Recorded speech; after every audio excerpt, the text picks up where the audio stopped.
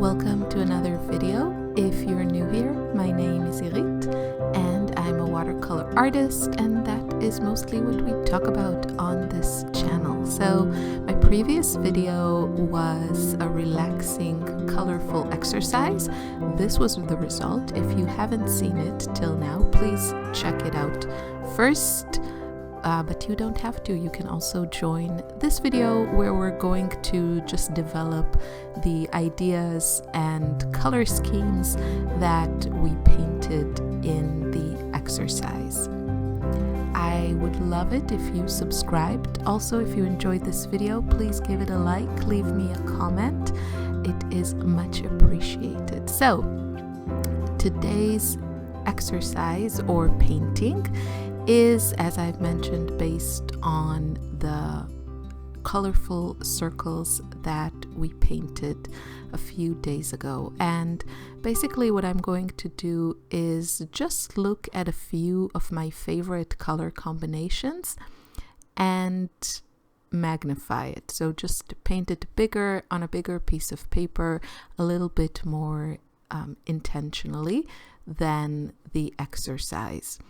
And this just happens to be one of my favorite things to paint these days, these very colorful, loose abstractions of florals. This is where I am at the moment, and this is where I live happily.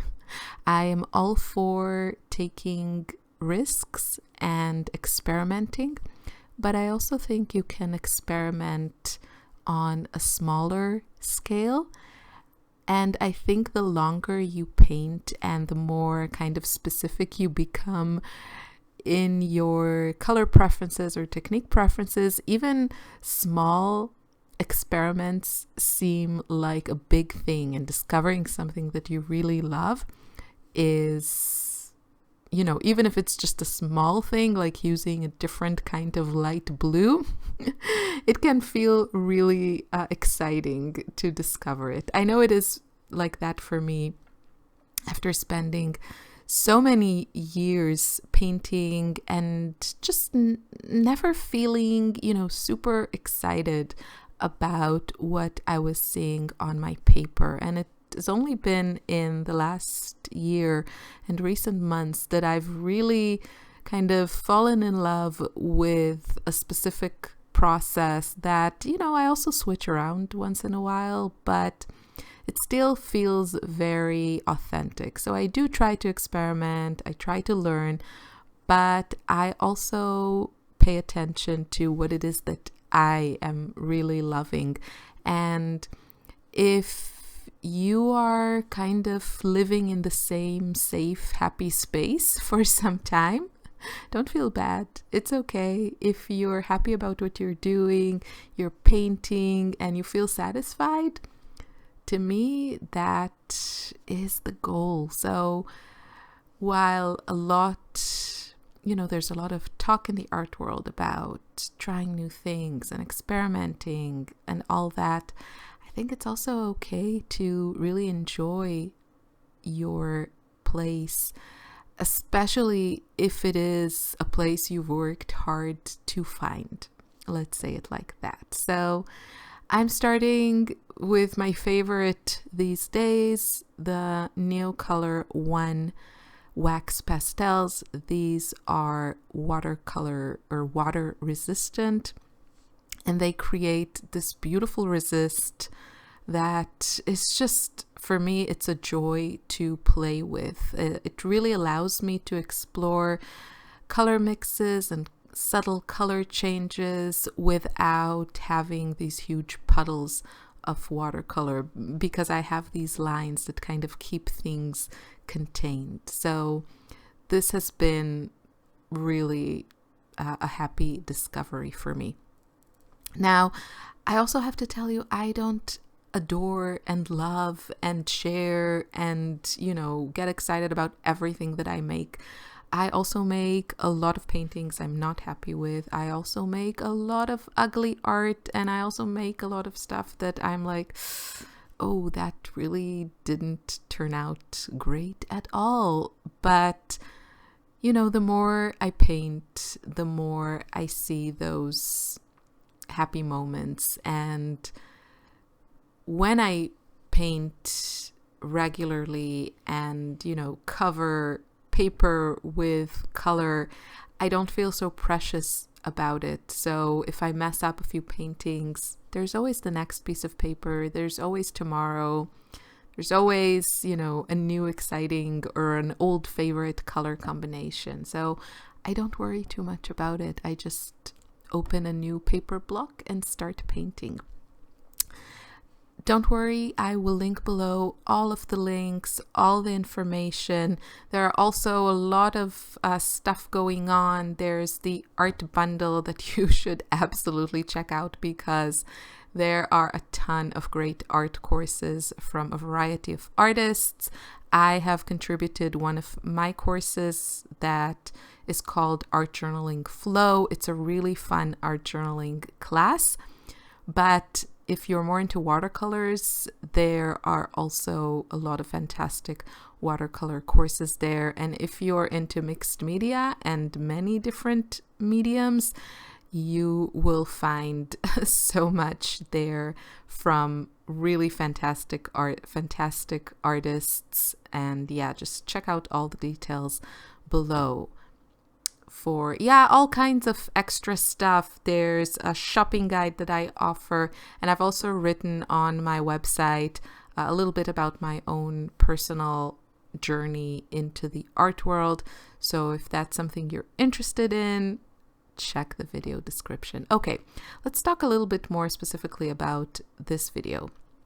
The paper I'm using is the Cornwall Hahnemühle paper, which is really heavy. This is, I think, 450 GSM.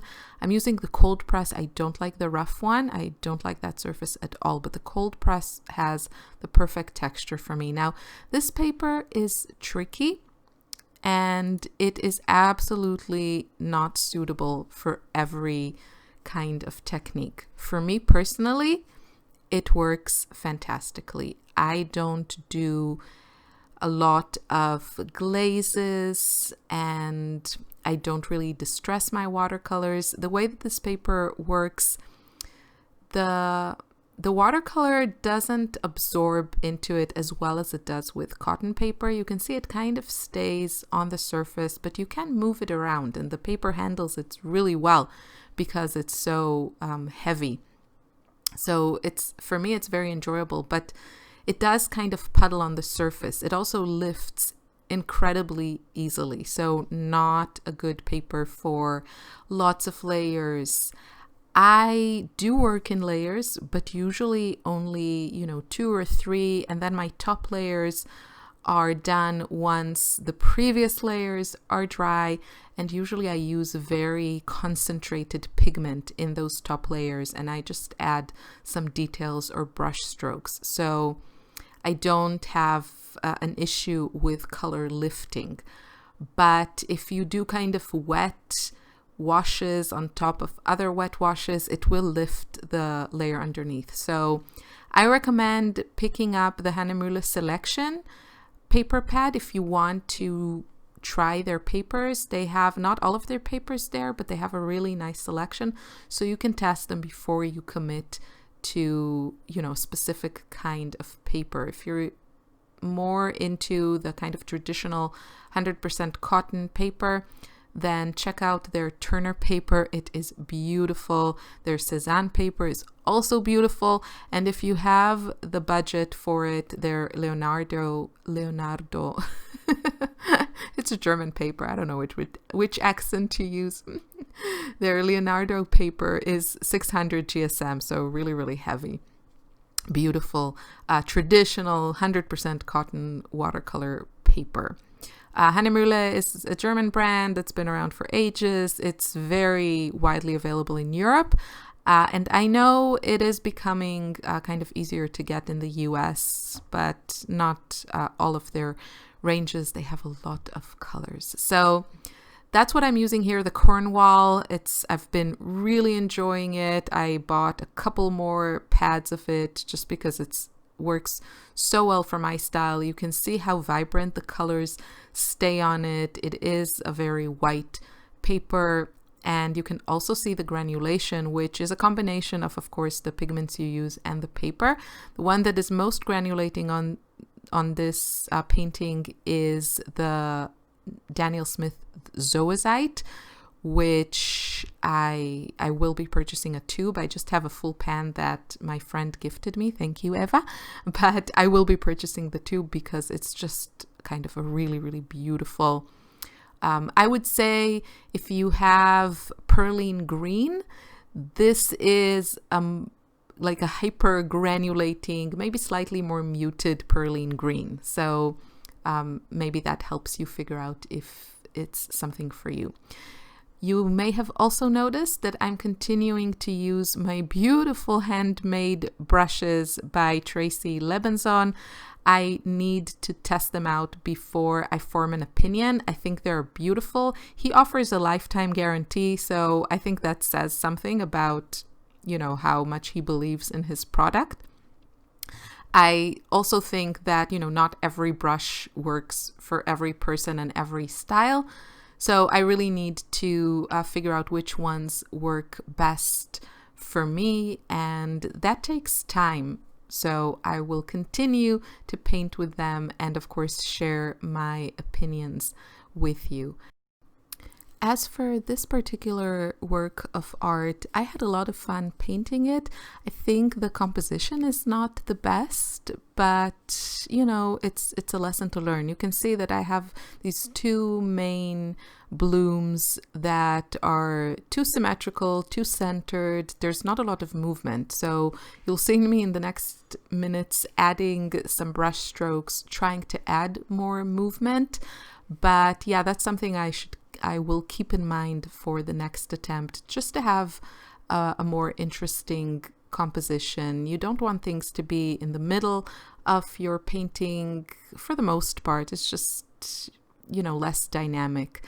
And you don't want things to line up as well as my two blooms here line up. So I made all the mistakes, but you can also always crop your painting. So I will try and do that and see if I can get a more interesting composition. So that's a way to fix it if you make a boo-boo like I did. If you want to learn more about intuitive painting, check out my online course. We spend a week together in my studio. Well, you know, sadly, only through video tutorials, but I share with you my process and all of my tips and techniques for creating art intuitively. So I hope to see you in the class.